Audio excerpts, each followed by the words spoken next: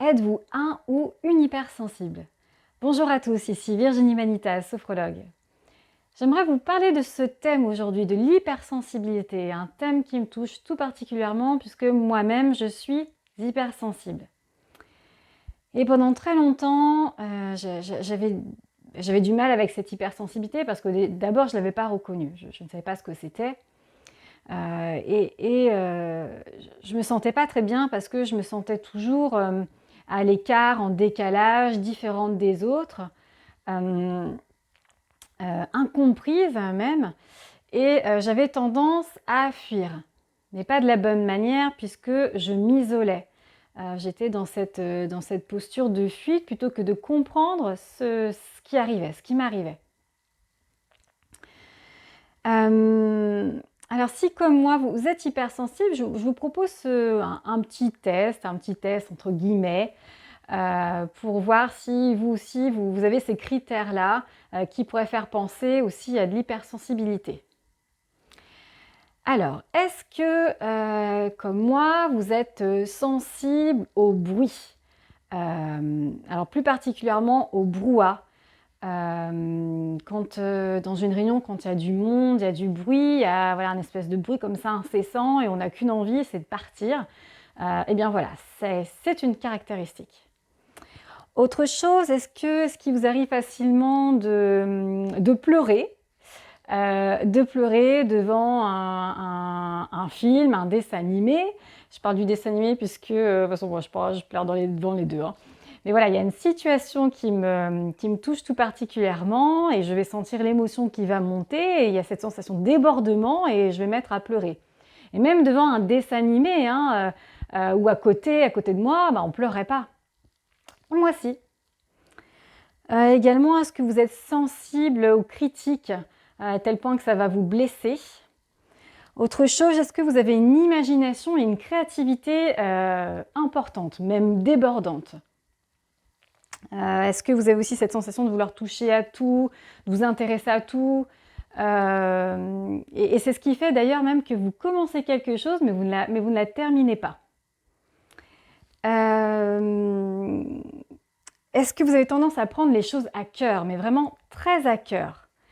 Voilà, par exemple, dans un sujet de conversation, entre amis, vous parlez d'un thème qui vous parle, et à un moment donné, vous exposez votre point de vue et les autres personnes en face de vous ne sont pas d'accord. Et là, vous vous dites, mais c'est dingue, c'est pas possible, mais c'est évident! Eh ben non. Voilà quelques points, alors il y en a d'autres, alors voilà, j'ai tendance à baisser la tête parce que bien sûr, je me suis fait une petite feuille de pompe où j'ai noté voilà, tout ce que j'avais envie de vous dire ce soir parce que c'est un thème vraiment qui me touche et je voulais pas dire n'importe quoi. Donc c'est pas une liste exhaustive, hein, il y a d'autres choses, il y a d'autres caractéristiques, mais voilà, moi j'ai dit celles qui me semblaient essentielles et puis celles qui me correspondent. Et puis ce que je vous propose maintenant, c'est 4 étapes pour mieux gérer votre hypersensibilité. Alors, soit vous dites « Ok, j'ai checké, ça me ressemble, je continue la vidéo ». Soit vous n'avez pas envie, ça ne vous correspond pas et vous quittez la vidéo. Ou alors vous êtes curieux et vous vous dites « Eh bien moi, j'ai envie de comprendre l'hypersensibilité de mon voisin, de mon collègue, de mon partenaire, de mes enfants ». Eh bien dans ce cas-là, restez avec moi et suivez la vidéo. Alors, les 4 étapes pour mieux gérer votre hypersensibilité. Alors moi, j'ai pas de jingle, j'ai pas de montage sur mes vidéos, alors je vais faire le petit jingle. Tout, tout, tout, tout. Première étape. Première étape, prenez conscience de votre hypersensibilité. Alors, essayez d'observer dans votre quotidien, vous verrez que c'est pas évident, mais c'est un jeu super sympa, hyper intéressant, vous allez découvrir plein de choses sur vous. Essayez d'observer vos réactions, mais vos réactions qui sont exagérées, des surréactions. Dans des situations, essayez d'observer votre manière d'agir, de répondre, voilà, comment vous êtes, quelle réaction vous avez. Hein, essayez de voir la manière dont vous réagissez à certaines situations. Observez également vos émotions que vous ressentez à des moments donnés, puisqu'une émotion c'est quelque chose qui est à l'instant T, hein, ça ne dure pas. Essayez de vous observer, de voir quelle émotion vous avez et de vous dire, ben, ah, mais c'est curieux, là j'ai cette émotion-là, mais il me semble que je ne l'avais pas ce matin. Là, tout d'un coup, je me sens bizarre. Et essayez de voir si cette émotion, est-ce qu'elle vient de quelqu'un d'autre. Essayez de voir si, par exemple, vous avez vu une personne juste avant et après, vous avez eu cette émotion. Essayez de voir si c'était par rapport à un contexte, à une réunion où il y avait une émotion, il y avait une ambiance un peu particulière. Et essayez de voir l'émotion que vous avez après. Ou en face d'une personne, une personne aussi qui a des émotions à l'instant T, et que d'un coup vous les prenez et essayez de voir justement si vous avez ça, hein, si effectivement vous prenez l'émotion de la personne en face. Puisqu'effectivement, ça aussi c'est un critère que j'ai oublié de dire juste avant, mais qui est essentiel dans l'hypersensibilité, c'est que vous prenez les émotions des autres, sans le vouloir, hein, mais voilà, vous les vivez de la même manière, vous ressentez la même émotion. Dernier point, essayez aussi d'observer vos sentiments, mais vos sentiments qui vous paraissent lourds. Donc comme je vous l'ai dit, une émotion, c'est différent d'un sentiment. L'émotion, c'est quelque chose qui arrive à l'instant T, et le sentiment, c'est quelque chose qui reste, hein, qui résulte de l'émotion. Deuxième étape. Alors, j'accepte mon hypersensibilité. Et oui, vous n'avez pas le choix, hein. Elle est là, elle ne va pas partir, faut vivre avec. Mais il faut savoir l'accepter et ensuite, après, vous allez pouvoir la gérer. Alors, essayez de voir cette hypersensibilité comme un cadeau. Je vous ai dit tout à l'heure donc que vous arrivez à capter les émotions des gens. Eh bien, il faut vous en servir. C'est super de pouvoir capter ces émotions-là. Vous arrivez à comprendre ce que la personne en face de vous vit parce que vous captez son émotion. Donc, voilà, ça va vous permettre de mieux interagir avec la personne et vous allez voir le retour de cette personne en face de vous qui sera positif. Pareillement, vous avez de l'imagination, de la créativité, il faut aussi vous en servir. Par exemple, avec vos enfants. Ils ne demandent que ça. Eux aussi, ils sont très créatifs et ils imaginent plein de choses. Eh bien, allez jouer avec eux sur ces choses-là ou allez explorer des choses avec eux. En tout cas, voilà, servez-vous aussi de ça avec vos enfants. Vous allez voir que ça va améliorer votre complicité. Et puis, cette imagination, cette créativité, ça va vous servir aussi dans le monde du travail. Vous serez force de proposition avec ça. C'est génial.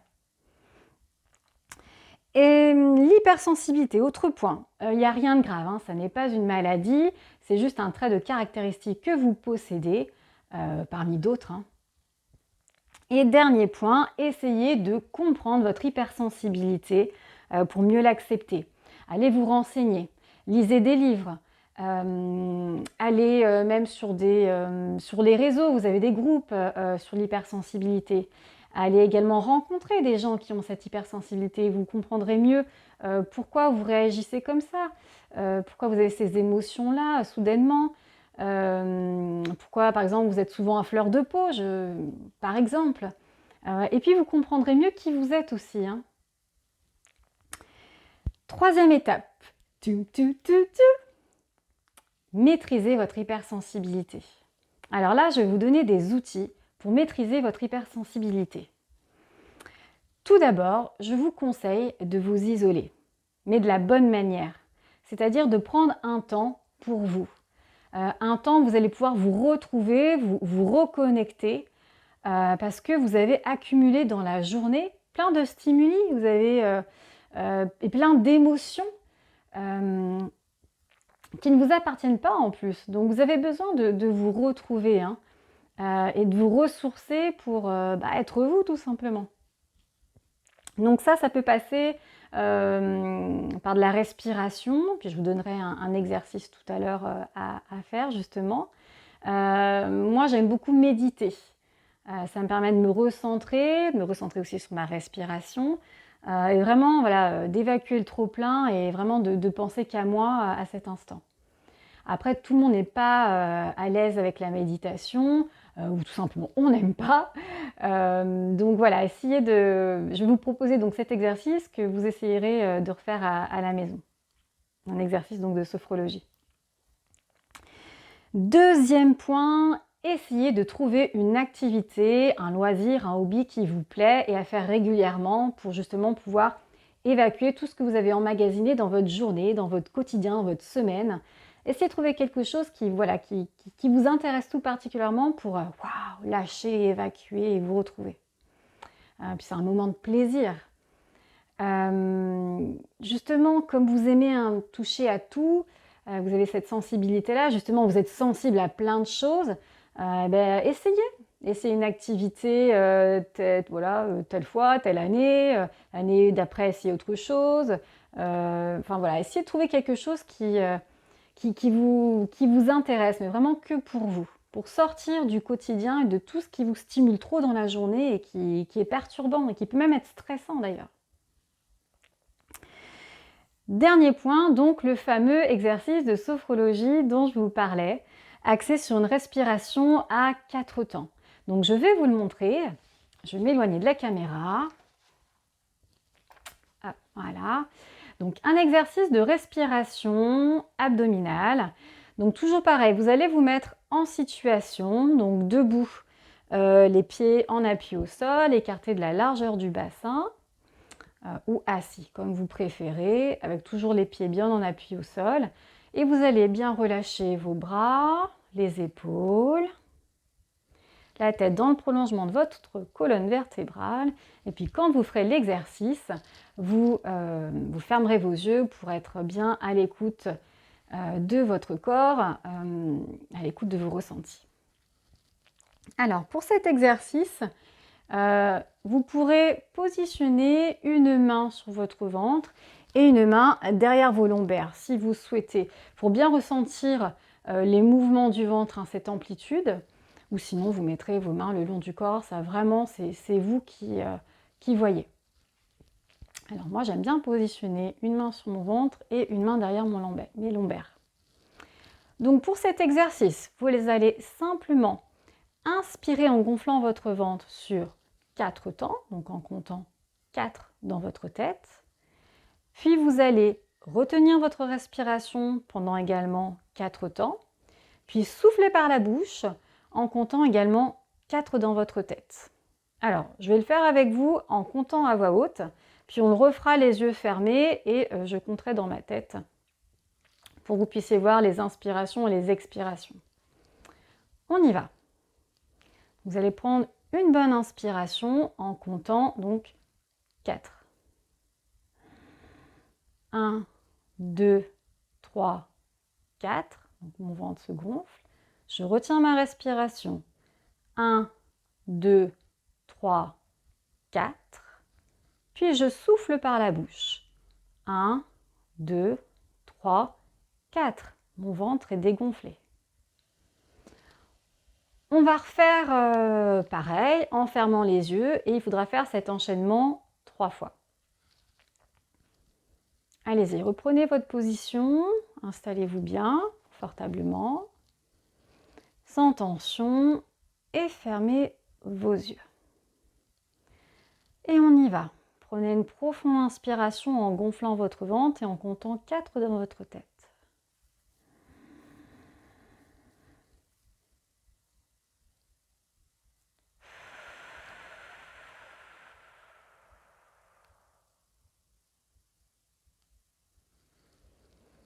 Je reprends ma respiration naturelle et vous pouvez garder les yeux fermés pour simplement prendre un petit temps d'accueil de vos ressentis, des sensations dans votre corps, sensations de relâchement, sensations de détente dans le corps et aussi dans la tête, dans votre esprit. Et puis vous recommencerez cet exercice une deuxième fois, une troisième fois pour bien intégrer le mouvement et les sensations dans votre corps et dans votre mental. Alors, on a vu cet exercice de sophrologie. Je vais maintenant continuer les étapes en partant donc sur la 4e étape pour mieux gérer votre hypersensibilité. Toum, toum, toum, toum. Elle est folle, pas du tout. Alors, donc 4e étape. 4e étape, vous allez donc aimer votre hypersensibilité. Comme je vous le dis, vous n'avez pas le choix, elle est là, faut faire avec, faut l'accepter, faut l'apprivoiser et faut s'en servir. Et puis vous allez voir que justement, vous allez apprécier d'avoir cette caractéristique-là, ce trait de caractère dans votre vie. Donc, accepter cette hypersensibilité, comme je vous disais, vous n'avez pas le choix, parce que sinon vous allez vous retrouver dans un déséquilibre permanent entre la personne que vous aimeriez être et la personne que vous êtes aujourd'hui. Et que vous êtes depuis toujours d'ailleurs, l'hypersensibilité, je pense qu'on voilà, on l'a dès le départ et peut-être qu'elle se développe au fur et à mesure du temps. Mais en tout cas, c'est là et voilà, vraiment acceptez-la. C'est quelque chose qui sera très positif. On a vu déjà dans les étapes précédentes qu'elle vous permet de mieux comprendre l'autre, ça vous permet de mieux interagir avec les gens, d'améliorer la relation avec les gens, avec vos proches. Ça peut permettre d'améliorer aussi une relation avec votre partenaire, avec vos enfants qui bien souvent eux aussi sont hypersensibles, dans le monde du travail aussi. Donc vraiment, c'est une qualité d'avoir cette hypersensibilité. Essayez de le voir comme ça. Et puis, comme j'aime dire aux personnes que je suis dans mes accompagnements en sophrologie, c'est soyez doux, soyez bienveillant envers vous-même. Personne ne le fera mieux que vous. Et puis, je ne sais pas si vous avez remarqué que vous le faites déjà, mais vous le faites pour les autres. Vous le faites pour vos enfants quand ils ne se sentent pas bien, quand ils ramènent une mauvaise note, quand il y a eu un conflit avec un copain, avec une copine. Vous avez déjà ce regard doux, des paroles douces, une intention bienveillante pour rassurer votre enfant. Mais vous ne le faites pas qu'avec vos enfants, vous le faites aussi avec plein de monde. Vous le faites avec un collègue qui ne se sent pas bien et voilà, et vous allez le voir pour essayer de le réconforter. Et vous avez justement cette douceur, cette bienveillance. Vous l'avez aussi avec votre partenaire pour voilà, détendre l'atmosphère, tout simplement. Voilà, parce que vous l'aimez. Eh bien, faites la même chose pour vous. Soyez doux et soyez bienveillant envers vous-même, vraiment. Dernier point, ayez conscience que de votre grande émotivité comme une force et non plus une faiblesse. Alors je ne vais pas revenir dessus, c'est toujours voilà, ce principe-là que le fait de capter l'émotion de l'autre, c'est vraiment quelque chose à utiliser et qui va vous permettre d'améliorer une relation avec l'autre.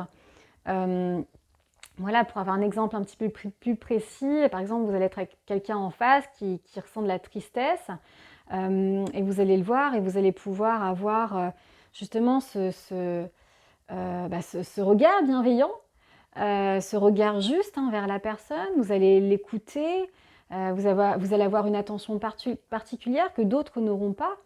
Vous allez avoir les bons mots, les bons gestes et la personne en retour, elle va se sentir entendue, écoutée, comprise, respectée. Vous allez avoir aussi sa confiance. C'est énorme et tout le monde n'a pas cette qualité. Voilà tout ce que je voulais vous dire sur l'hypersensibilité, sur tout ce que ça peut vous apporter dans votre quotidien et de savoir l'accepter et l'aimer vraiment voilà, dans votre vie. J'espère que cette vidéo vous aura plu. Moi, j'ai beaucoup aimé à la faire, à parler de cette hypersensibilité qui me touche vraiment. Et je trouve en parlant autour de moi qu'on est finalement très nombreux à être hypersensibles, à avoir ce trait de caractère. Et je trouve ça chouette. Merci de me soutenir avec des petits likes, des petits pouces en l'air. De partager cette vidéo, ça peut plaire je pense à d'autres sur l'hypersensibilité, parce qu'on est nombreux à se poser aussi des questions sur ça. De mettre des commentaires, mettez-moi des commentaires sur vous, votre hypersensibilité, qu'est-ce que c'est, comment c'est apparu, comment vous l'avez découvert, comment vous la maîtrisez dans votre quotidien. Vraiment ça m'intéresserait beaucoup. Et puis de vous abonner à ma chaîne YouTube si vous le souhaitez. Merci beaucoup, je vous dis à très bientôt, ciao!